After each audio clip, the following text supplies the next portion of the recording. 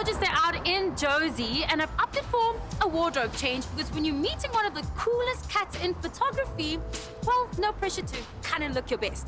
I'm about to meet up with Danine from IWASSHOT in Joburg to tell us a little bit more about the project and his story, which is now a really great part of history. Danine. Hello, are you? I'm well, and you? I'm very well, thanks. So I'm totally distracting you on the job, but with good cause, because you've really had an incredible journey thus far with IWASSHOT in Joburg. Tell us more. Yeah, I've started IWASSHOT in Joburg with Bernard in 2009 when he came in at our shelter called Twilight Children. And even though when he popped up the disposable cameras, no one believed him, even myself. So very humble beginnings with the start of a disposable camera, but I can gather that that really taught you a lot and got you off to a good start in terms of your interest and really how you started building the fun around photography. When I got the camera, without it I feel a little bit useless. You feel a little lost without your lens. Hey? Yeah. That's how it is. So then I'm able to talk to other people, and through the camera teaching and lessons, and teach someone or talk to someone who's actually lost with nothing else. Right, so Danine, most times your subject matter is the architecture of Joburg, but today I want to see how spontaneous you can be. Okay. Give me your crazy poses.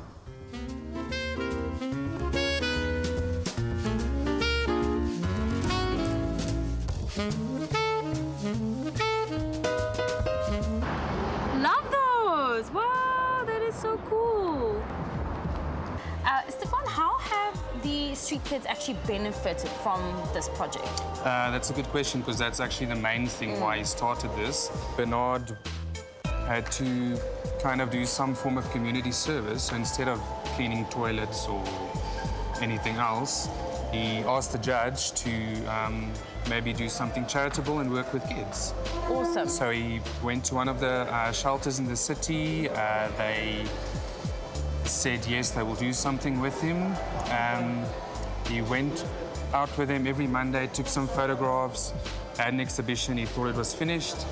Then the kids came back to him and said they want to keep on doing it. The photos that they do take, the photos that the specific guy took, they get commissioned for the sales done for the work. Now, the beauty about all of this, I think, is the fact that it is actually amplified through technology, and technology is really at the heart of making this project very possible. Yes. What's that been like? Because it was street kids that he started working with, so none of them knew anything about technology, photography, computers, everything. Now we've got a few guys working with us who's been trained, and they work perfectly with it, and they're teaching new guys all the time, so it's awesome. Welcome, Danine. This is IWASSHOT in Joburg, factory and flagship store. Awesome. Now, it's really great to see just how these photos have been utilized into so many different products. I mean, we have the light boxes, we've got notebooks, and most of them actually started with this baby over here, which is just a good old disposable camera. They're very safe in Hillbrow to walk around with disposable camera, and they're very small and simple. And then the other basic is when you're starting off with the disposable camera to someone who doesn't know anything, they've got the very simplest basics, which is the viewfinder and your wheel.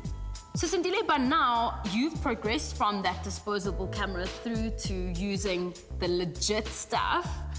What was that process like for you? The viewfinder of disposable is not like the digital. This one teaches you to be more disciplined also. And how to use the lights, not delete. So when I'm on digital, people think I'm a pro because this guy here worked me up. What do you think that this project can still do for street kids and Joburg in future? A lot of people believe that being on the street or being there, someone's going to come and give you something, and you never know what it is. So people are like, I always had that feeling, that thing that someone is going to come and give me something, but it was never money, it was never food, but something, I don't know what it was. Up until I met up with Twilight, Bernard came along, and Bernard gave me a camera, which was awesome. I think it's going to bring up hope, because that's what I'm seeing on the streets for the kids, that they need to stand up and do something. Sandile, I'm certainly going to remember the name because I think that we have only scratched the surface of the great things that we're going to see from you, but this project really, really excites me.